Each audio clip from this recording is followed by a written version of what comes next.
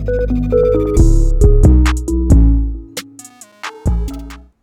garden friends, I hope everyone is enjoying their holiday weekend and enjoying their garden. So today I came out here and in this raised bed garden harvested the rest of my onions, my red onions, and did a brief inspection of the rest of the vegetables in the beds. It looks like my melons are finally taking off because we got some warmth. The zucchini and the cucumbers are taking off. I'm pretty excited about that. But today, I'm here to put in the ground some of these Thai lemongrass shoots. So I bought them off Amazon, and I got 12 stalks for like $15. And they've since rooted up really nicely. So they came in stalks about as long as this, but it wasn't leafed out yet. And I just cut it in half and set the basal portion in some water for about a good, I want to say about 2 weeks now. So they've since rooted out really nicely. And so what I'm gonna do now is go ahead and plant those up. So they spread about 2 to 3 feet in width, and they get to be about 3.5 to 4 feet tall. So I've reserved this area over here. I'm gonna go ahead and plant these lemongrass stalks right there. All right, and to water it in, I'm gonna use some of this Rev. Let me take a seat. I think I mentioned Rev a couple of months ago when I had received my David Austin roses and I had them soaking in some water for several days. I made sure I added some of this right here. This thing works wonders. It's not exactly cheap, but it is a really good starter fertilizer in a liquid form, and a growth stimulant. So, I mean, look into using some of this organic growth stimulant by Rev. Now, they're not sponsoring this video. This is like free advertising for them of the bottle. But so I'll go ahead and read from the back of the bottle some of the uses and plant material that benefits from this formula here. It's a soil and plant supplement.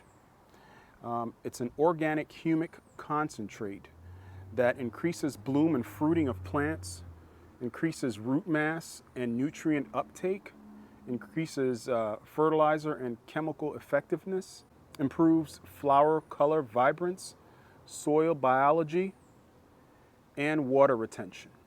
So for flowers and vegetables and container plants, you want 1 to 2 tablespoons per 1 gallon of water. Drench plant for both root and foliar treatment. So that's another thing. I can put this in a spray bottle and foliar feed my plants, and I mean, it makes a world of a difference.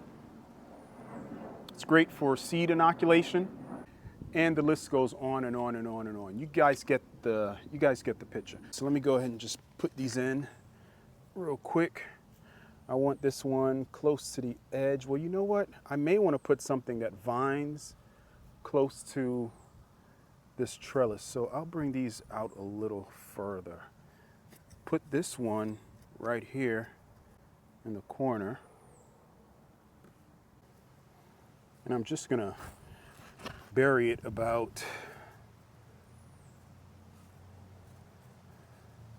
1.5 to 2 inches in the soil. Make sure I press it in real firm. And this other one, I'll just put about 1 to 2 feet away from the other. Real simple, nothing to it.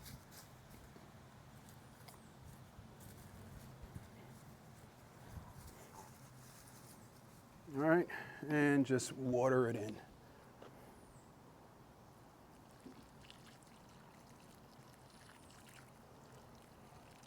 Making sure that planting hole is drenched.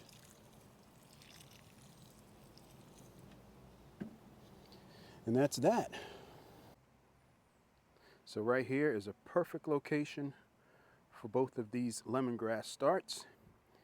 Now, some corn. I wanted to put some corn in as well. So I've got some corn here. I've got some rainbow ornamental corn.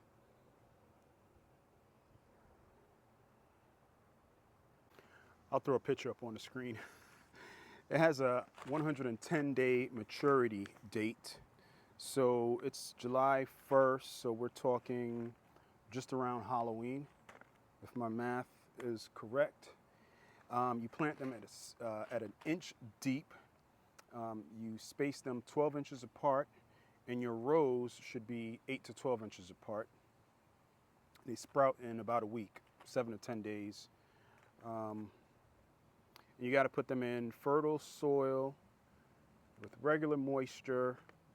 So I'm definitely going to be using some of that Rev Organic and Alaska Fish Emulsion, which has a content of 511. So for harvesting, the ears are ready to pick when the husks begin to dry in the fall, although they can be left on the stalk until after the first frost. So this is perfect. I mean, this will mature, like I said, around Halloween. So October 31st, the first week of November, around that time frame. All right, so let's head out to where I plan on planting these.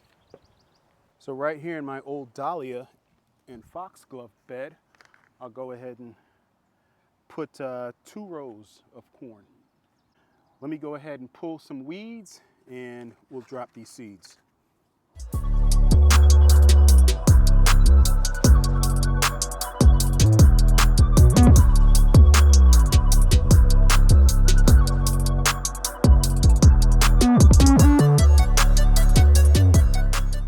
So before I plant anything, I don't pull out all the weeds, but I try to pull out as many weeds as possible to prevent that competition between the weeds and the germinating seeds.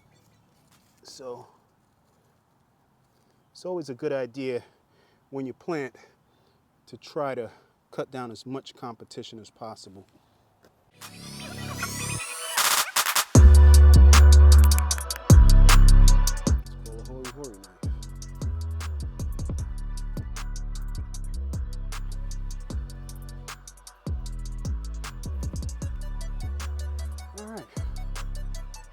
So roughly what, they said 12 inches apart.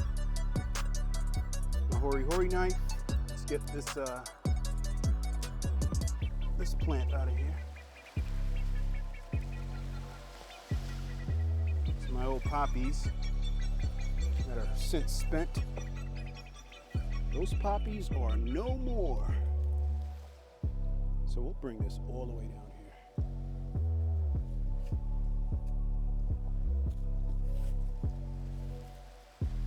All right, so I just kind of scorched out this row, but I'll kind of dot corn on either side of that row. So I'll put a seed here, 8 to 10 inches away from there. I'll put a seed there, another seed here. You get the picture.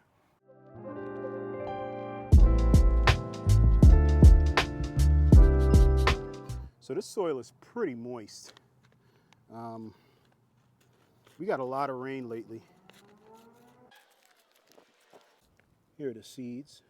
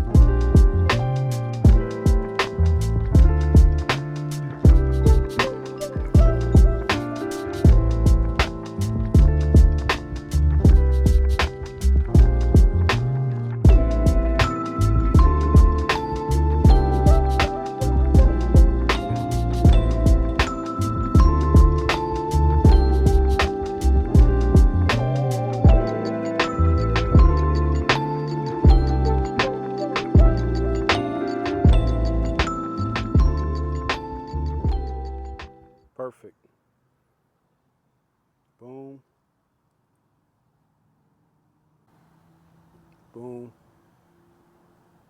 Boom. Boom. Boom. Boom. Shout out to Rob, Sapper Gardener. Boom. All right, so I'm gonna just go ahead and cover these up. 16, 17, 18, 19, 20, 21, 22, 23, 24. Now I had to be sure to call out the number of corn that I planted just so that I have an idea of what to expect. All right guys, so everything's been covered up, labeled. I just got to go ahead and water it in, and planting is complete. I appreciate you guys for hanging with me on this episode, and I will see you on the next one.